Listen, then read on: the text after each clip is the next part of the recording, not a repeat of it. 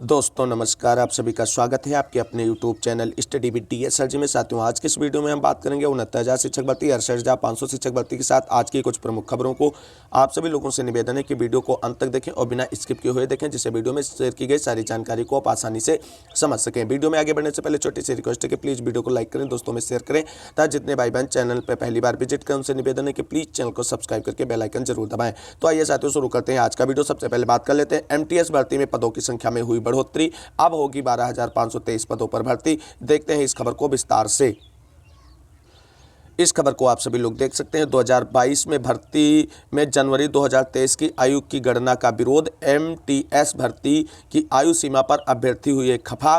क्या है खबर, इसको विस्तार से जानते हैं। कर्मचारी चयन आयोग की मल्टीटास्किंग स्टाफ यानी MTS एवं हवलदार भर्ती 2022 में आयु सीमा के निर्धारण से छात्रों में नाराजगी है। आयोग ने 2022 की भर्ती के लिए आयु की गणना का आधार 1 जनवरी 2023 माना है। 18 जनवरी को जारी विज्ञापन के अनुसार ऑनलाइन आवेदन के लिए अनारक्षित वर्ग के अभ्यर्थियों की न्यूनतम आयु 18 और अधिकतम आयु 25 या 27 वर्ष होनी चाहिए, जबकि अभ्यर्थियों का कहना है कि इससे हजारों छात्र परीक्षा देने से वंचित हो जाएंगे, क्योंकि 2022 की भर्ती है। ऐसे में अभ्यर्थियों के अनुसार जून जुलाई 2022 में सरकार ने कहा था कि 2022 में होने वाली सभी भर्ती परीक्षाओं में आयु सीमा का निर्धारण 1 जनवरी 2022 के आधार पर होगा। ऐसा कोरोना महामारी की वजह से हुई देरी के कारण किया गया था, लेकिन जनवरी 2023 में आई MTS 2022 भर्ती में आयु की गणना 1 जनवरी 2023 से की जा रही। इसके चलते हजारों अभ्यर्थी ओवर एज हो जाएंगे और आवेदन नहीं कर पाएंगे। 2022 की भर्ती में आयु की गणना भी 2022 से होनी चाहिए। अभ्यर्थियों ने एकजुट होकर ऑनलाइन शिकायत दर्ज कराने के लिए साथ ही ट्विटर कैंपेन चलाने का निर्णय लिया है। अब आपको बता दें, इस भर्ती में पदों की संख्या में भी बढ़ोतरी कर दी गई है। SSC ने MTS और हवलदार भर्ती 2022 के पदों में संभावित संख्या जो वेबसाइट पर जारी कर दी गई है। 18 जनवरी को जारी विज्ञापन में MTS के 10,880 और हवलदार के 529 पदों की जानकारी दी गई थी, लेकिन 20 जनवरी को जारी सूचना के अनुसार MTS के 11,994 व हवलदार के 529 रिक्त पदों पर भर्ती होगी। तो ऐसे में पद बढ़ने से कहीं ना कहीं अधिक अभ्यर्थियों को लाभ मिलने वाला है, लेकिन जो आयु सीमा को लेकर के अभ्यर्थियों का विरोध है उस पर SSC को विचार करते हुए अभ्यर्थियों की मांग को ध्यान में रखते हुए नया सूचना जारी करनी चाहिए और आयु की गणना जो है जनवरी 2022 के अकॉर्डिंग ही करनी चाहिए। एक और बड़ी भर्ती के बारे में बात कर लेते हैं। आसूचना ब्यूरो में अवसर, 1675 पदों पर भर्ती। सुरक्षा सहायक कार्यपालक व अन्य पदों पर होगी भर्ती। आयु सीमा न्यूनतम आयु 18 वर्ष या अधिकतम आयु 25 या 27 वर्ष निर्धारित है। आरक्षित वर्ग को छूट नियमानुसार दी जाएगी। इसके लिए पात्र अभ्यर्थी कौन कौन है? अभ्यर्थी किसी मान्यता प्राप्त बोर्ड से मैट्रिक या समकक्ष परीक्षा उत्तीर्ण हो। इसके अलावा अन्य निर्धारित पात्रताएं एवं संबंधित जानकारी के लिए कृपया ऑफिशियल नोटिफिकेशन अवश्य देखें। चयन प्रक्रिया, चयन के लिए लिखित परीक्षा, साक्षात्कार, पर्सनैलिटी टेस्ट आदि का आयोजन किया जाएगा। लिखित परीक्षा में सभी प्रश्न बहुविकल्पी होंगे, जिसके लिए 100 अंक निर्धारित हैं। लिखित परीक्षा में सामान्य जागरूकता, परिणात्मक अभिक्षमता, लॉजिकल क्षमता व तर्क शक्ति, अंग्रेजी भाषा, सामान्य अध्ययन आदि विषयों से प्रश्न पूछे जाएंगे। और आवेदन की अंतिम तिथि अभ्यर्थी 10 फरवरी 2023 तक ऑनलाइन आवेदन माध्यम से आवेदन अपना जमा कर सकते हैं। तो इच्छुक अभ्यर्थी जो भी आसूचना ब्यूरो के में नौकरी करना चाहते हैं उसमें 1675 पदों के लिए ऑनलाइन आवेदन कर सकते हैं। बाकी विस्तृत जानकारी के लिए ऑफिशियल साइट को जरूर चेक करें। एक और बड़ी खबर है, सभी अभ्यर्थियों के लिए 10 फरवरी से शुरू होगी संयुक्त B.Ed प्रवेश परीक्षा 2023 की प्रक्रिया।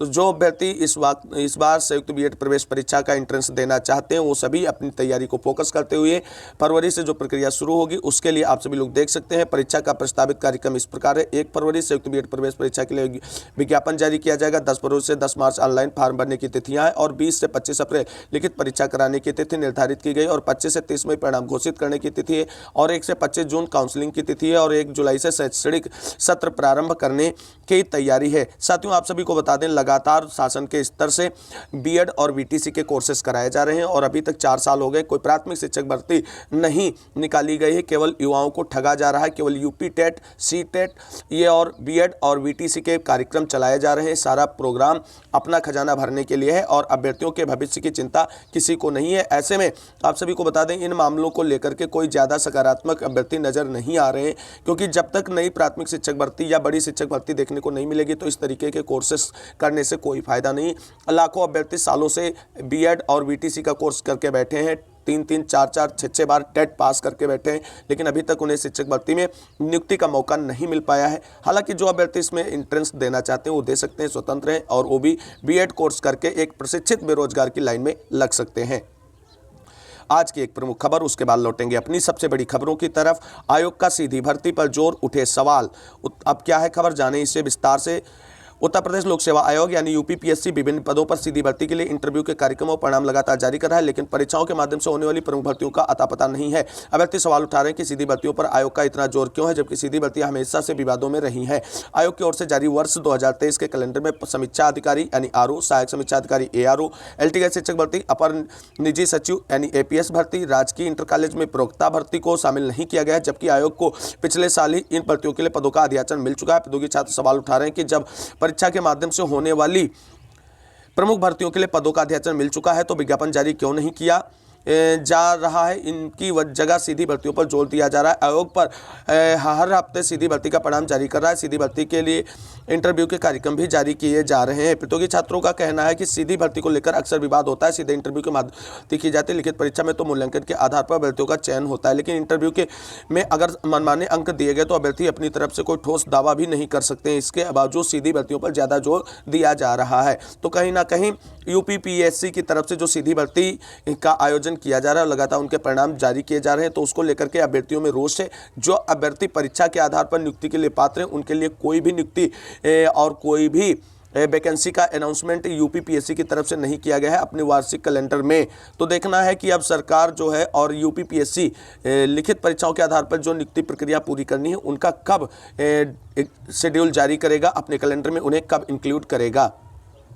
अब बात कर लेते हैं 69,000 शिक्षक भर्ती से जुड़ी हुई बड़ी खबरों को। तो आप सभी साथियों को बता दें, 69,000 शिक्षक भर्ती में आप सभी ने देखा कि आंसर की प्रकरण पर प्रत्यावेदन सबमिट कर लिए गए हैं और एनओसी मामले में काउंसलिंग प्रक्रिया पूरी कर ली गई है। इन सभी खबरों को विस्तार पूर्वक जानेंगे, लेकिन उससे पहले बात कर लेते हैं 68,500 शिक्षक भर्ती में 5% आरक्षण पर क्या है बड़ी खबर।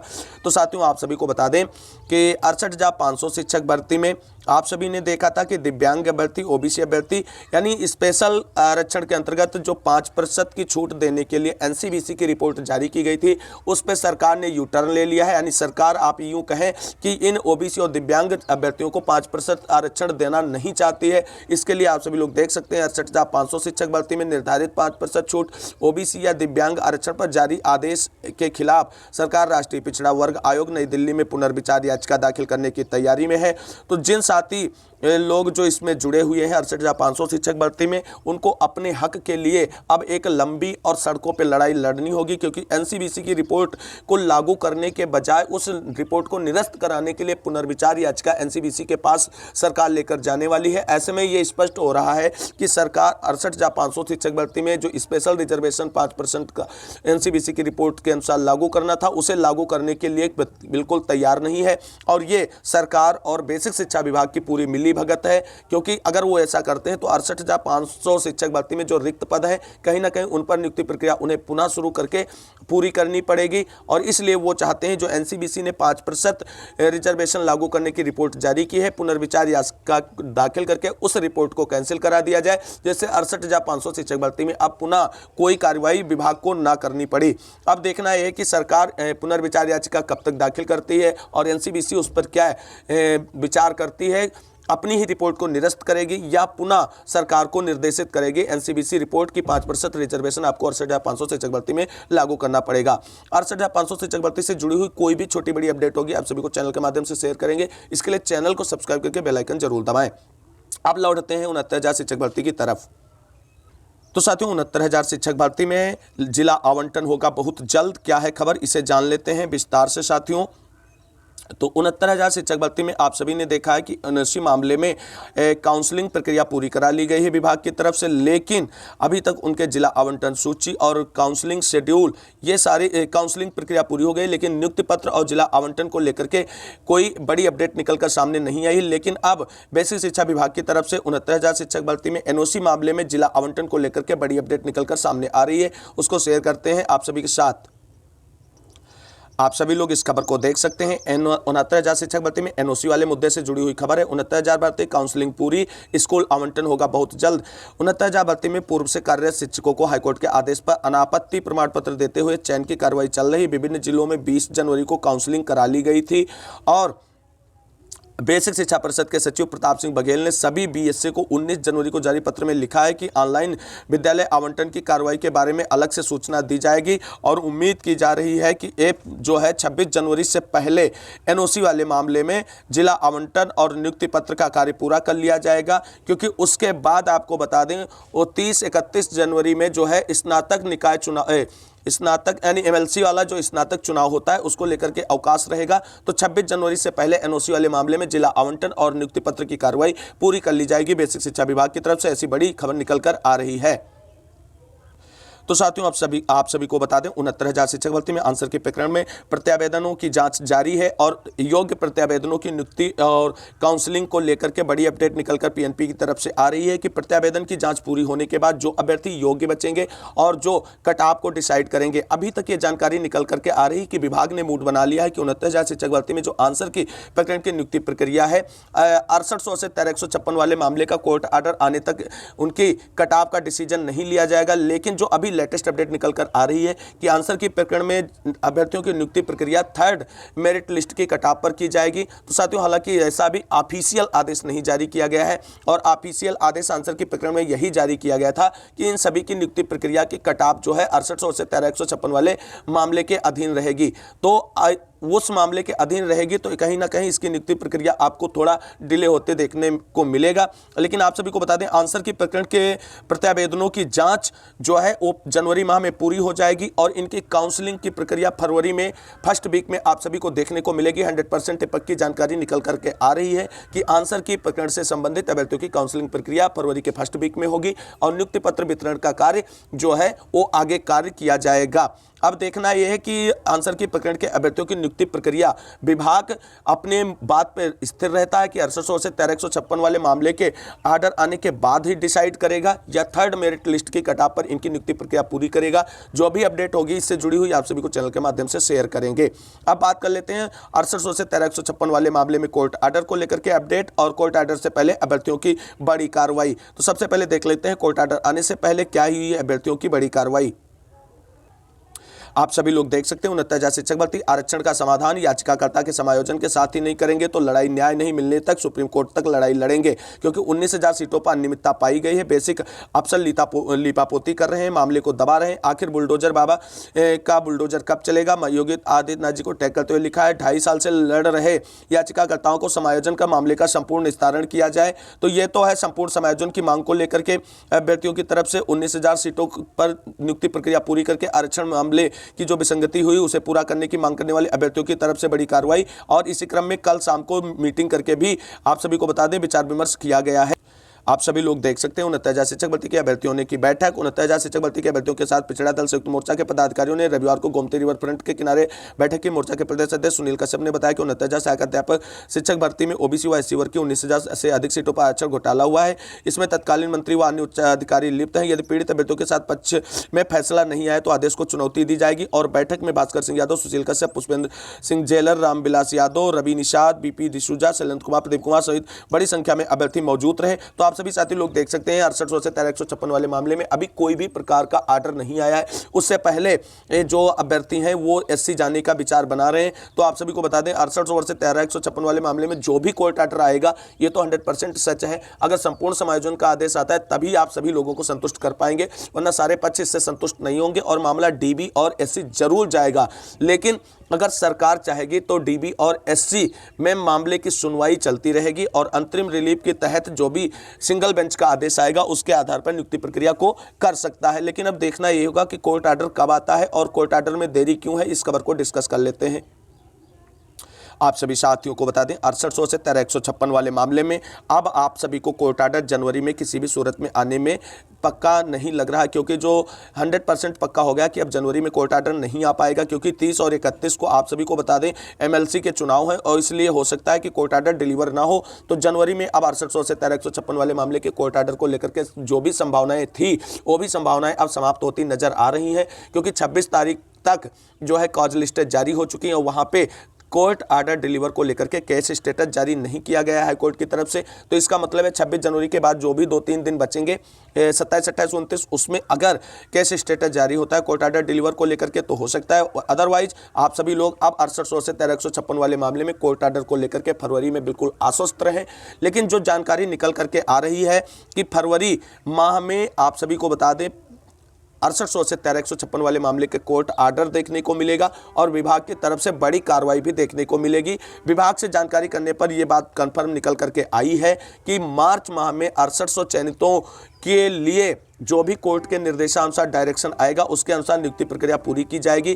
क्यों ऐसा कहा गया विभाग की तरफ से? क्योंकि जब पूछा गया सर ऐसा क्या हो सकता है कि हम लोग मार्च में नियुक्ति प्रक्रिया पा करके अध्यापक के रूप में कार्यरत होंगे, तो विभाग की तरफ से स्पष्ट जानकारी यही दी गई कि देखिए 6800 वर्सेस 1356 वाले मामले में एनओसी और आंसर की प्रकरण के अभ्यर्थी भी इंक्लूड हो जाएंगे, क्योंकि इन्हीं लोगों की नियुक्ति प्रक्रिया जो है फाइनली वो तभी पूरी हो पाएगी जब 6800 वर्सेस 1356 वाले मामले का कोर्ट आर्डर आ जाएगा। तो ऐसे में आप सभी को मैंने जानकारी दी थी कि इस बार की होली जो है 6800 चयनितों की हैप्पी होली हो सकती है, क्योंकि उससे पहले विभाग जो है कोर्ट के आदेशानुसार ही नियुक्ति प्रक्रिया पूरी करके इस मामले को रफा दफा करना चाहेगा। अब देखना यह है कि कोर्ट आर्डर जनवरी में जो आना चाहिए था अभी नहीं आ रहा है। साथियों इस मामले में इतना डिले क्यों हो रहा है कोर्ट आर्डर को लेकर के, सबसे बड़ा प्रश्न ये। तो साथियों आपको बता दें मामला बहुत कॉम्प्लिकेटेड है, क्योंकि सरकार 6800 को चाहती है कोर्ट से निकलवाना और पक्ष जो है कुछ जो पक्ष थे संपूर्ण समायोजन वाले भी थे और 19,000 सीटों के लिए भी लड़ाई लड़ी जा रही थी,